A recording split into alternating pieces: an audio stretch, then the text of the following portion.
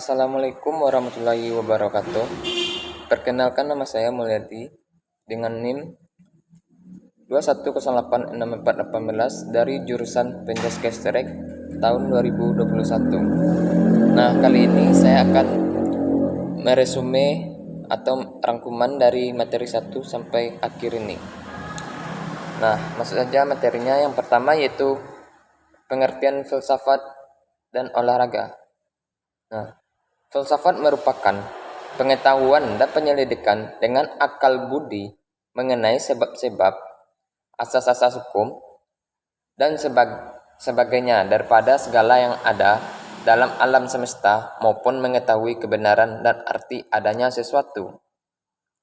Nah, sedangkan olahraga adalah aktivitas gerak manusia menurut teknik tertentu. Dalam pelaksananya terdapat unsur bermain, ada rasa senang, dilakukan pada waktu luang, dan kepuasan tersendiri.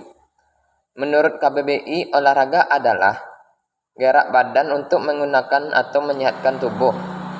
Contohnya seperti sepak bola, berenang, dan lempar lembing. Nah, poin yang kedua yaitu sejarah perkembangan filsafat olahraga. Nah, sejarah filsafat masa periode Yunani sampai Romawi. Yang pertama yaitu zaman Yunani kuno. Kelahiran pemikiran filsafat diawali pada abad ke-6 Masehi, yang ditandai oleh runtuhnya mite-mite dan dongeng-dongeng yang selama ini menjadi pembenaran setiap gejala alam. Periode Yunani kuno ini lazim disebut periode filsafat alam. Dikatakan demikian karena pada periode ini ditandai dengan munculnya para ahli pikir alam, di mana arah dan perhatian pemikirannya kepada apa yang diamati di sekitarnya. Selanjutnya yaitu zaman pertengahan. Pada masa ini terdapat periode yang membuat perkembangan filsafat tidak terlanjut, yaitu pada skolastik Kristen. Hal ini dikarenakan pihak gereja membatasi para filosof dalam berpikir, sehingga ilmu pengetahuan terhambat dan tidak bisa berkembang. Selanjutnya yaitu zaman Renaissance. Renaissance adalah suatu zaman yang sangat menaruh perhatian dalam bidang seni lukis, patung, arsitektur, musik, sastra, dan filsafat. Yang selanjutnya itu zaman modern. Setelah zaman Renaissance, yaitu zaman pencerahan dan zaman modern. Zaman pencerahan berlangsung dari abad ke-17 hingga ke-20 Masehi. Di zaman ini terdapat peristiwa yang penting, yaitu revolusi di Inggris dan Prancis. Nah, yang selanjutnya yaitu ontologi, epistemologi, dan aksiologi. Ontologi adalah bagian filsafat yang paling umum atau merupakan bagian dari metafisika, dan metafisika merupakan salah satu bab dari filsafat. Objek dalam ontologi yaitu ada tidak terikat pada satu perwujudan tertentu. Ontologi membahas tentang yang ada secara universal, yaitu berusaha mencari inti yang dimuat setiap kenyataan yang meliputi segala realitas dalam semua bentuknya. Nah, selanjutnya yaitu epistemologi.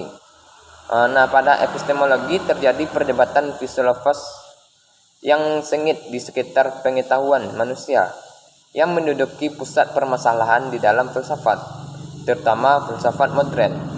Nah, salah satu perdebatan besar ini adalah diskusi yang mempersoalkan sumber-sumber dan usul-usul pengetahuan. Nah, yang selanjutnya yaitu aksiologi. Nah, ilmu itu bagi kita tidak dapat dipungkiri bahwa ilmu telah banyak mengubah dunia dalam memberantas berbagai termasuk penyakit kelaparan, kemiskinan, dan berbagai wajah kehidupan yang duka. Nah, selanjutnya yaitu aliran rasionalisme dan aliran empirik. Aliran rasionalisme adalah aliran ilmu filsafat yang berpandang bahwa otoritas rasio akal adalah sumber dari segala pengetahuan. Dengan demikian, kriteria kebenaran berbasis pada intelektualitas. Rasionalisme atau gerakan rasionalis adalah doktrin filsafat yang menyatakan bahwa kebenaran haruslah ditentukan atau didapatkan melalui pembuktian logika dan analisis yang berdasarkan fakta, bukan berasal dari pengalaman. Nah, yang selanjutnya itu aliran empirik atau empirisme. Nah, empirisme adalah aliran yang menjadikan pengalaman sebagai sumber pengetahuan.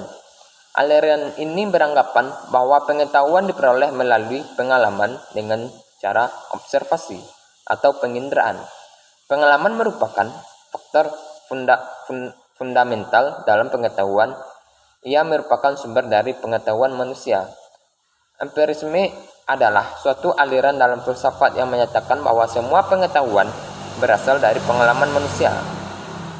Nah, empirisme ini menolak anggapan bahwa manusia telah membawa fitrah pengetahuan dalam dirinya ketika dilahirkan. Empirisme lahir di Inggris dengan 3 eksponennya adalah David Hume, George Berkeley, dan John Locke. Nah, ajaran empirisme memberikan kebimbingan kepada sains dan agama pada zaman modern filsafat sehingga dapat diasumsikan mengecilkan peranan akal. Nah, yang selanjutnya itu konsep jiwa dan raga manusia. Nah, manusia adalah ragawi yang di dalamnya terdapat jiwa. Nah, raga adalah sebagai bentuk gerak kehidupan dari seorang manusia. Sedangkan jiwa adalah tempat akal dan budi yang membuat manusia dapat berpikir dan merasakan kehidupan yang ada di sekitarnya. Jiwa inilah yang membedakan manusia dengan makhluk lainnya. Nah, pada masa menjelang abad modern, dalam kurun pencerahan Eropa Barat, tokoh yang tampil dalam pembahasan dualisme jiwa badan adalah René Descartes pada tahun 1596 sampai 1660 Masehi, yang terkenal dengan perkataannya, yaitu cogito ergo sum, yang artinya saya berpikir, karena itu saya ada. Nah, yang selanjutnya yaitu filsafat pendidikan. Nah, pengertian filsafat pendidikan. Nah, pendidikan yang peduli terhadap anak didiknya pasti akan memikirkan pendidikannya. Karena seorang pendidik pasti menginginkan anak didiknya menjadi pintar, lulus, dan sukses dalam menggapai cita-citanya. Di dalam dunia pendidikan, hal yang harus dan pasti dipikirkan dan dibahas oleh seorang pendidik adalah hakikat, latar belakang, tujuan, metode evaluasi, dan segala sesuatu yang berkaitan dengan pendidikan. Nah, menurut John Dewey yang dikutip oleh Jalaluddin dan Abdullah di dalam bukunya Filsafat Pendidikan, mengatakan bahwa filsafat pendidikan merupakan suatu pembentukan kemampuan dasar yang fundamental, baik yang menyangkut daya pikir intelektual maupun daya perasaan emosional, menuju ke arah tabiat manusia. Maka filsafat bisa juga diartikan sebagai teori umum pendidikan. Ruang lingkup filsafat pendidikan merumuskan secara tegas sifat hakikat pendidikan, merumuskan sifat hakikat manusia sebagai subjek dan objek pendidikan. Nah, berbeda dengan yang di atas, menurut Dr. Anas Salahuddin, MPD, di dalam bukunya yaitu Filsafat Pendidikan, merumuskan bahwa ruang lingkup filsafat pendidikan sebagai berikut. Pertama, pendidik. Yang kedua, murid atau anak didik.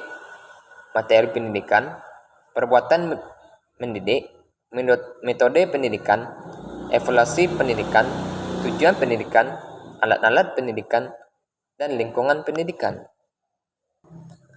Nah, yang selanjutnya yaitu pengertian play dan games.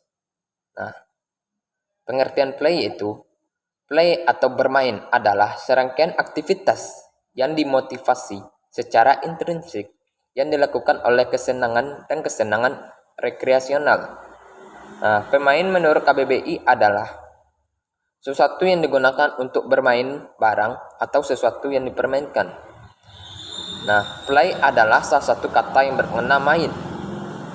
Nah, selanjutnya yaitu games. Apa sih itu games?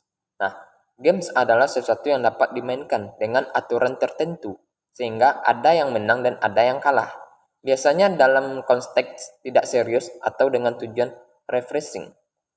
Nah, games merupakan bagian dari play, permainan yang sudah dibatasi oleh suatu peraturan yang dikembangkan untuk ditaati agar permainan tersebut bisa berjalan dengan aman dan adil.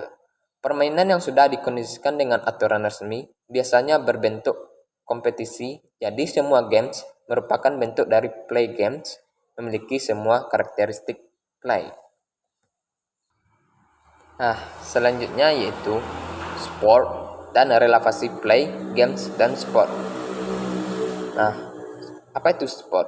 Nah, sport disebutkan manusia untuk mengembirakan diri sambil memelihara jasmaniah atau olahraga yang berhubungan dengan aktivitas fisik maupun psikis seseorang yang berguna untuk menjaga dan meningkatkan kebugaran.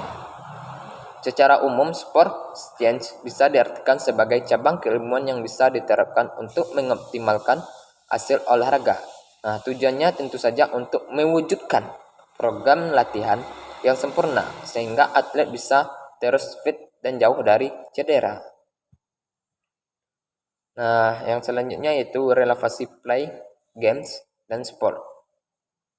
Play mempunyai karakteristik sebagai berikut: bebas sukarela dan tanpa paksaan dalam berpartisipasi. Aktivitas bermain terpisah dari pembatasan ruang dan waktu. Nah, yang games merupakan bagian dari play. Semua games merupakan bentuk dari play.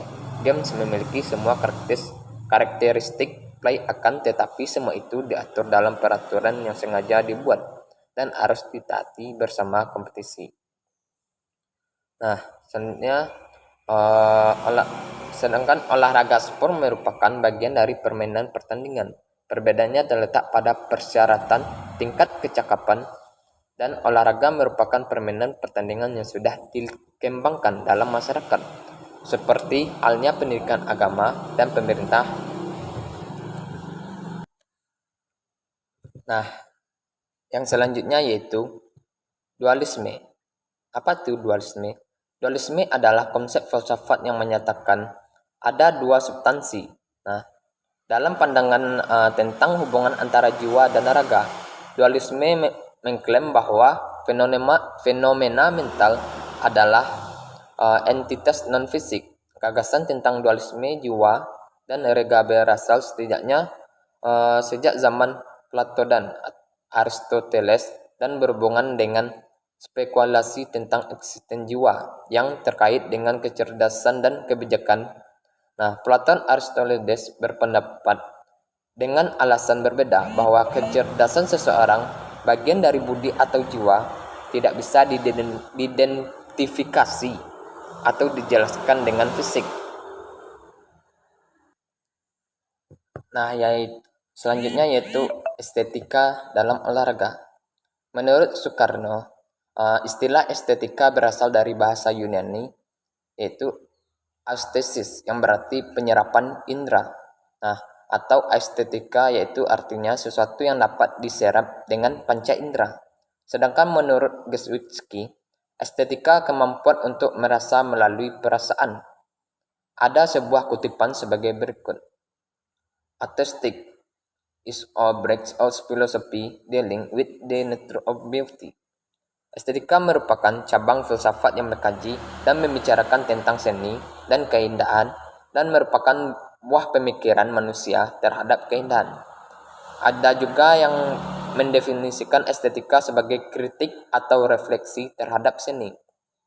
Nah, estetika adalah cara merespon terhadap stimuli, terutama lewat persepsi indera, tetapi juga dikaitkan dengan proses kejiwaan, seperti asosiasi, pemahaman, imajinasi, dan emosi. Ilmu estetika adalah suatu ilmu yang mempelajari segala sesuatu yang berkaitan dengan keindahan. Hanya sekian penjelasan dari saya tentang rangkuman dari materi 1 sampai akhir. Assalamualaikum warahmatullahi wabarakatuh.